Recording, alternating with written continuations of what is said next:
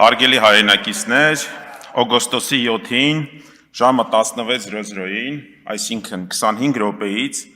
այն պահին, երբ ազգային ժողովում հնչելու են ելույթներ, եւ ես նաեւ այսօր այս ամբիոնից ելույթ եմ ունենում, մեր թիմակիցները գնացել են Վաղարշապատ քաղաք, Վաղարշապատ համայնք, ամենայն հայոց կաթողիկոսի դատին։ Բայց լսեք ուշադիր, էլի, ամենայն հայոց կաթողիկոսի դատին։ Եթե սրա մասին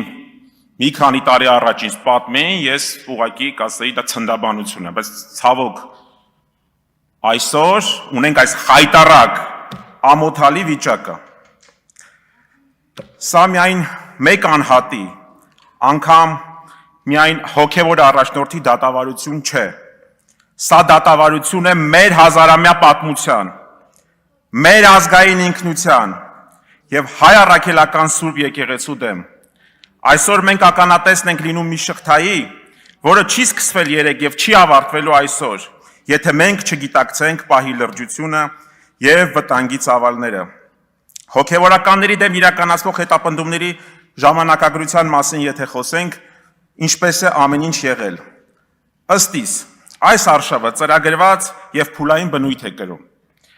Ամեն ինչ սկսվեց եկեղեցական ինստիտուտի հեղինակազրկմանն ուղղված հանրային հայտարարություններից եւ քարոզչական հայտարարություններից։ Առաջին փուլում հանրային վարկաբեկում եւ հոգեբանական ճնշում։ Վերջին տարիներին մենք տեսանք, թե ինչպես տարբեր գործիչների եւ համացանցային ալիքների միջոցով թիրախավորվեցին բարձրաստիճան հոգևորականներ։ Սկսվեց աննախադեպ պատելության խոսքի արշավ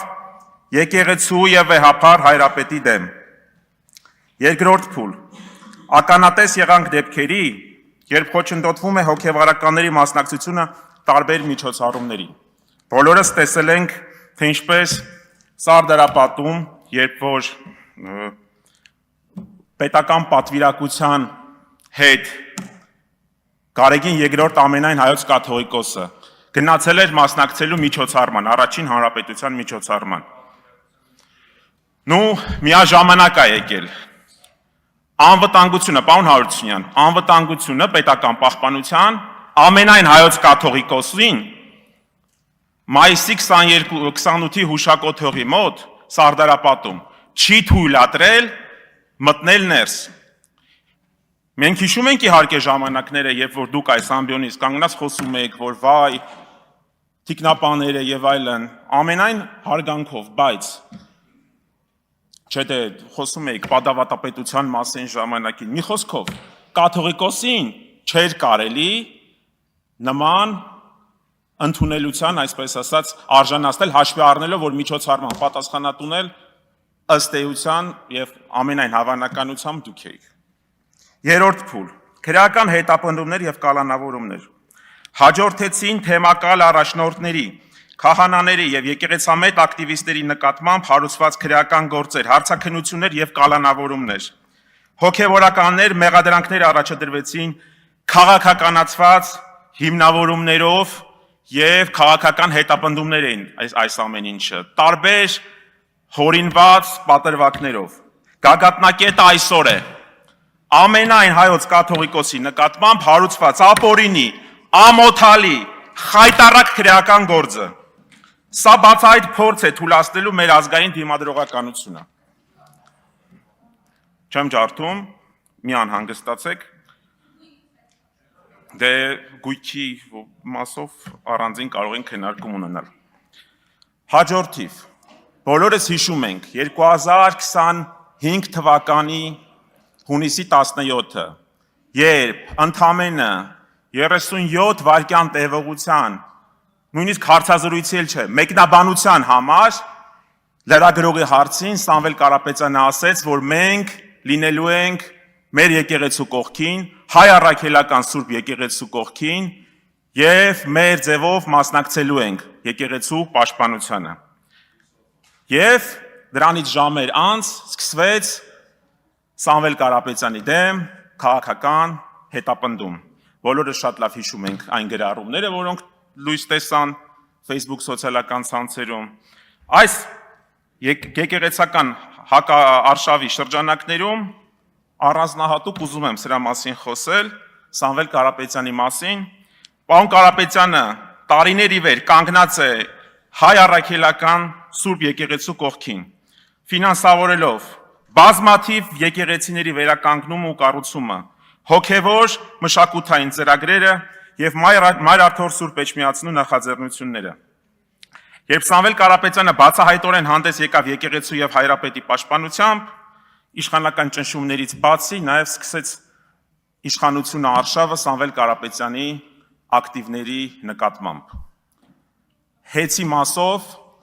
տեղի ունեցավ խլում, սեփականազրկում փաստացի։ Ձերբակալության մասով բոլորդ շատ լավ կադրերը հիշում եք, համոզված եմ լայվով նայում եք,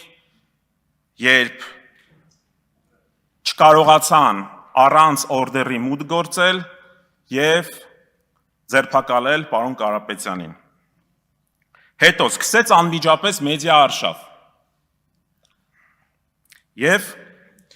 ձերբակալությանը անմիջապես հաջորդեց տեղեկատվական մեծ արշավ, պաշտոնական եւ մեր իշխանական աղբյուրներով փորձ արվեց արատավորել նրա բարի համբավը,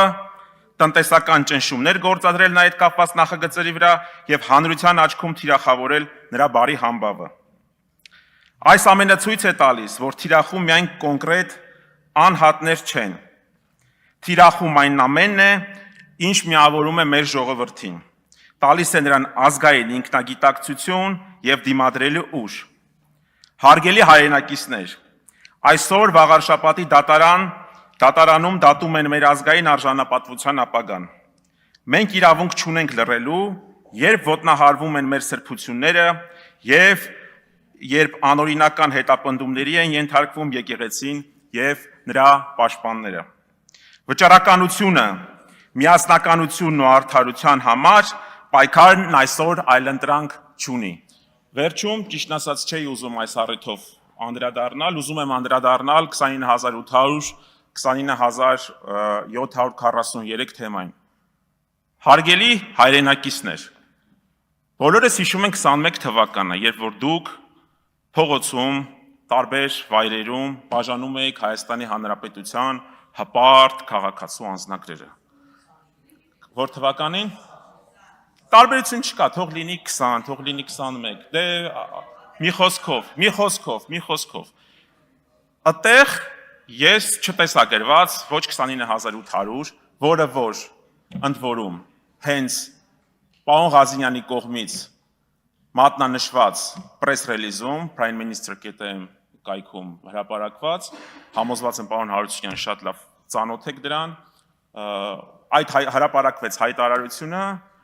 քառակողմ հանդիպման հայտարարությունը, որտեղ որ նշված է 29800, իսկ այդ մնացած կիլոմետրերը ինչ եղան, էլի, այսինքն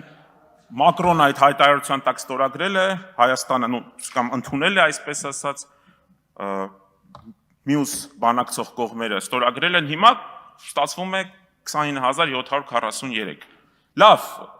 ինչ երաշխիքներ կան, որ վաղը այդ թիվը կրկին փոփոխության չի ենթարկվի։ Ուզում եմ նաև անդրադառնալ պարոն Բաբկեն Թունյանի ելույթին։ Ես իմ ելույթում, ընդ որում տեղից արձագանքեցի, ինչ համար ներողություն եմ խնդրում, նշեցի, որ այդ տվյալը, որ ես ասել եմ, որ Վրաստանում 2 անգամ պակասել է, դա աղքատության տվյալն է։ Այո, Վրաստանում եւս պետական պարտքը աճել է, սակայն աղքատությունը կրճատվել է 2 անգամ։ Հարց. Ինչպես է վրացիներին դա հաջողվել եւ ինչու դա չի հաջողվել Հայաստանի Հանրապետության կառավարությանը։ Եվ 4. Երբ որ խոսում եք մեթոդաբանություն է փոխվել։ Լավ, կլինի մյուս անգամ ներկայացնեք հին մեթոդաբանությամբ ինչքան կլինեին աղքատության թվերը։ Եվ ինչ է պետք անել, որ գոնե մի քանի տարի հետո մենք Վրաստանի դինամիկան ունենանք։